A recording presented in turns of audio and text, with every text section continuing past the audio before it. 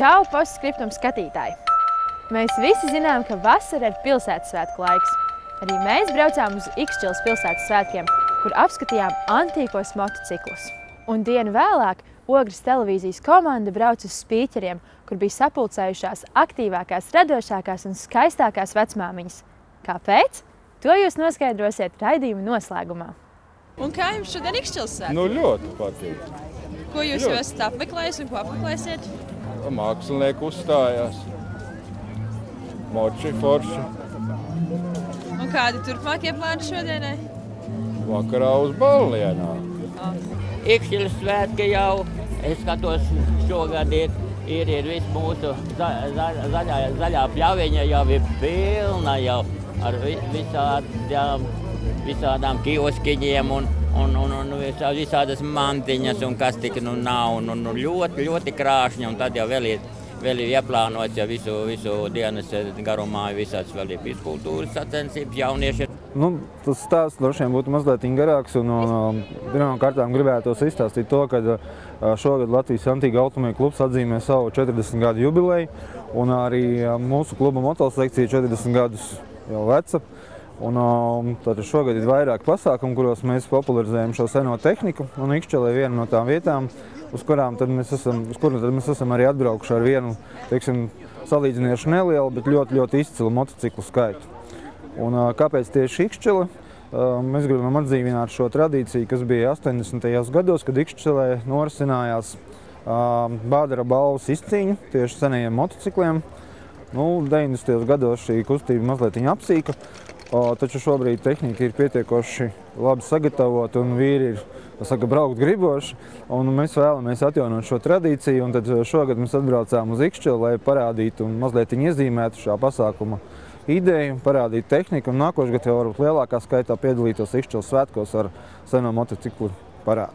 Katrs hobijs aizrauj, un šajā gadījumā es domāju, ka viens, ka tas ir liels darbs, otrām kārtām tās ir ļoti liels zināšanas. Jo, lai šādu motociklu restaurētu, tas nepietiek vien, ka tev ir šis motocikls, vai pat ar to, ja tev ir ļoti daudz naudas, tas nav varbūt nevienmēr izšķirošais. Tev jāzina, kā šo naudu pareizi izlietot un kā šo motociklu pareizi restaurēt. Tā kā tie ir aiz muguras vīri ar pieredzi, gadu desmitiem, kas šos motociklus ir varbūt vairākas reizes apsulnājušies, bet šobrīd jau diezgan labā līmenī restaurē un ļoti cienījamos gados un tādām milzīgām brillēm, kas sēž to dara un godīgi sakot, neviens cits to labāk, diemžēl, bet līdz mūsdienām nespēja izdarīt. Jauno paudze, tā. Vēsture ļoti interesanti, jo es līdz 83. gadam pats nodarbojos ar motosportu aktīvi, un pēc tam tādā, kā saka, juku laikā to motociklu iegādājos priekš pārdošanas.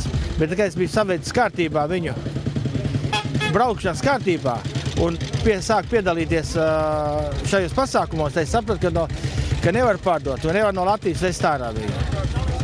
Un tā es atkal pa jaunam iegājis motociklu dzīvē un kolekcionēju, un šitais ir viens no maniem mīļākajiem, jo tas viņš ir pirmais motocikls. Viņš ir mani 1 gada, 47. gadā.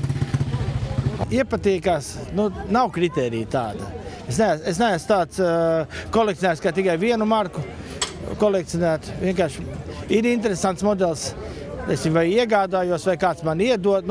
Varianti dažādi ir. Vai pa daļām salas kopā. Pirmkārt, man pašam tas ir priekš dvēseles. Otrkārt, sabiedrībai patīk. Un tas ir tāds, tā kā medusmaize. Tad, kas liks garstāvoklis, kad ir kaut kas tā, tad izbrauc līkumu, tad atkal labāk paliek. Nodarbojos ar seno motociklu meklēšanu, saglabāšanu un restaurāciju. Bija priekšlikums izbraukt šī pasākumā ar pirmskara tehniku, tad es izvilku vienu no saviem vecajiem motocikliem, man ir vēl vecāki arī. Šis ir 1913. gada motocikls, kas ir atsūtīts pa dzelzceļa pastu no Sibīrijas 25 gadu atpakaļ. Ja? Viņam nebija dzinēja, vispār 9–10 gadi tika patērēt, lai atrastu pareizo dzinēju, kas ir pēc numuriem atbilst šim motociklam, un restaurācija prasīja daudzus gadus. Ja?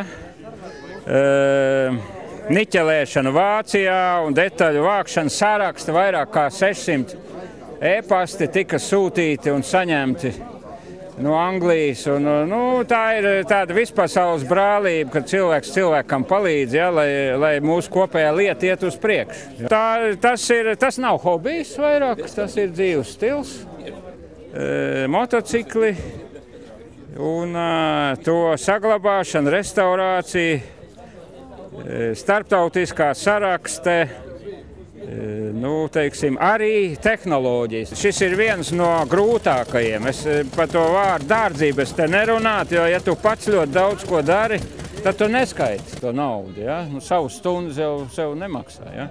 Bet arī daudz cilvēku saka, ka tas ir pensijas fonds, varbūt kādreiz. Ja? Lai gan, kā tu vari pārdot ģimenes locekli, ja tu esi pie viņa gulējis, ja?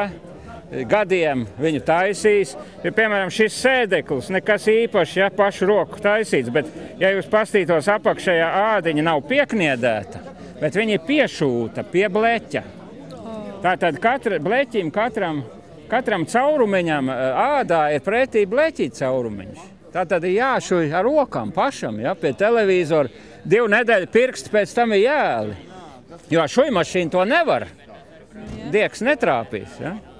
Un tā tālāk. Tā ir zinātne, tā ir māksla, tā ir vēsture, tā ir kultūra, tā ir pietāte pret to, ko radījis ir tas pirmais ražotājs. Jo tais laikos cilvēki nesteidzās. Viņi visu darīja pamatīgi, kārtīgi. Un Reksam bija tāds reklāmas sauklis, kad viņš nav izgatavots vai ražots kā lētāk, bet kā labāk. Un es to saukli pārveidoju, ka viņš ir restaurēts, nevis kā lētāk, bet kā labāk. Postskriptum. 5. augustā Spīķeru koncertzālē notika kas nebijis.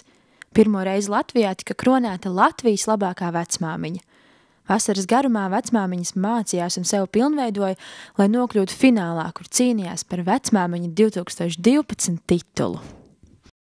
Pirmais vecmāmiņu konkurss un vēl tādā līmenī un ar tādām vecmāmiņām un tāds 8. Latlantīgo meiteņu festivāls.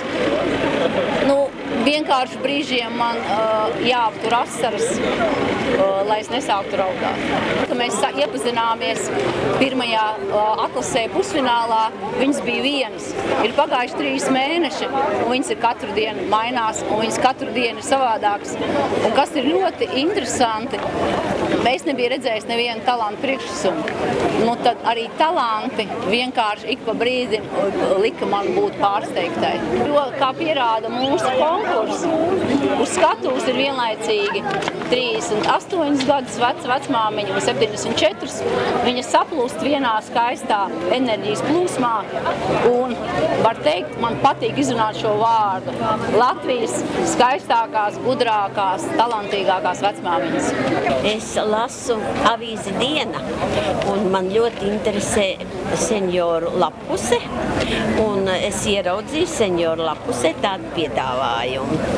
Vispār es viņam tā kā paslīdēju garām, bet es dejoju Eiropas senioru deju grupā Madaras Salaspilī. Un viena Madara, mūsējā dejotāja Mirdza, ieteica Anna, tev tur jāiet. Es tā kā pasmējos, domāju, nav jau tas tā, bet avīzes iedevu savai jaunākajai meitai un saku, redz, kāds piedāvājums, tāds vecmāmiņa. Es biju iedomājusies, ka vecmāmiņas būs tādas, kā es apmēram manos gados. To es nezināju, kādas tās vecmāmiņas. Meita jaunākā mani pieteica un piekdienas vakarā paziņoja, tev jābūt sēsdienu rīta Hotel Elizabete uz konkursu vecmāmiņu. Pat cik mēs jau bijām runājuši, es jau nebiju pārsteigta, bet man bija citi pasākumi paredzēti. Es atteicu citus pasākumus un tomēr uzdrošinājos piedalīties šajā konkursā. Pašā sākumā, tas bija maija mēnesis, parādījās masu medijos dažādi saukļi, uzraksti, varbūt tie nebija tik pozitīvi, ja? Varbūt arī mazliet mazliet tā ar ironiju, skaistākās vecmāmiņas. Jā, mēs esam skaistas, bet ne varbūt ārēji tik skaistas, kā mūsu skaistums ir vērtībās. Mūsu skaistums ir tas, ka mums ir bērni, mums ir ģimenes, mums jau ir savas vērtības. Tas ir tas skaistums, ne jau tikai ārējais skaistums.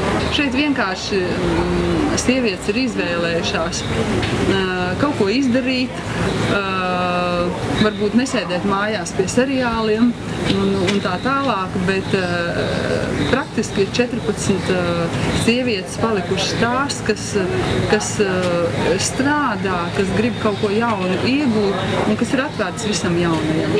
Jādod iespēja sievietēm izpausties un iedrošināt atkal citas.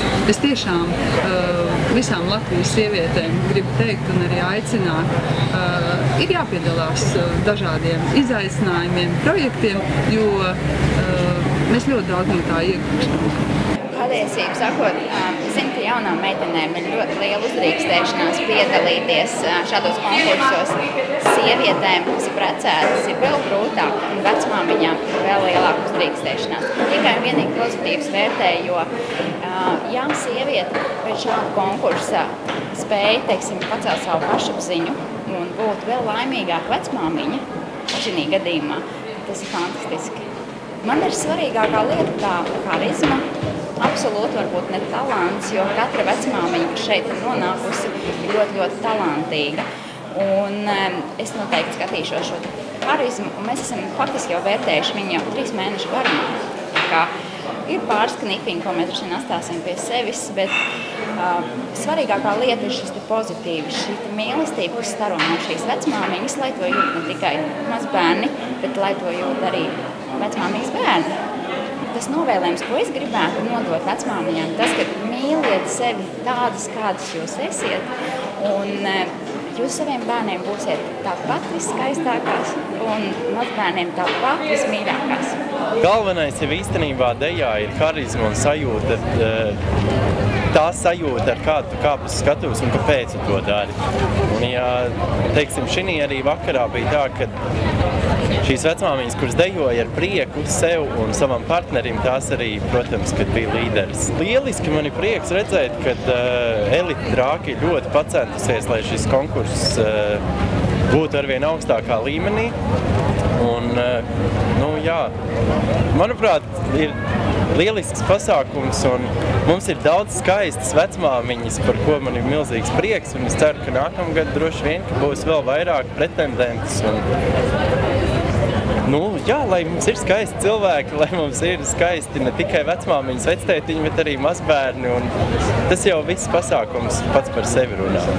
Kādas ir tās sajūtas pirms lielā fināla? Jocīgas, ir ļoti bēdīgi, ka zinām, ka šodien viss beigsies un vairāk nebūs tās kopējās sestdienas, kas mums bija 3 mēnešu garumā. Kas darījāt šajās sestdienās?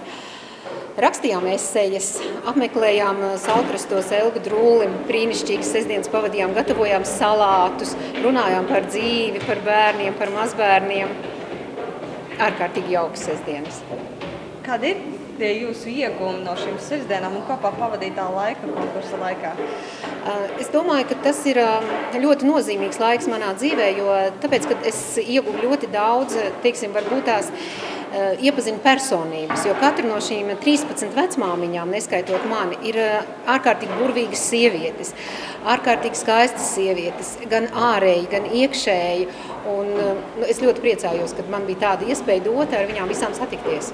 Man ļoti palīdzēja mana ģimene, draugi, un man bija ļoti labs deju skolotājs Mārtiņš Etkins, un es domāju, ka pateicoties viņam, es domāju, ka mūsu priekšnesums būs ļoti labs. Tas ir kaut kas jauns, tas ir tāds nebijis, ka tu apzinies, ka tu it kā esi vecmāmiņa, bet tajā pašā laikā tu jūties ļoti jauna, un tev vēl visa dzīve priekšā.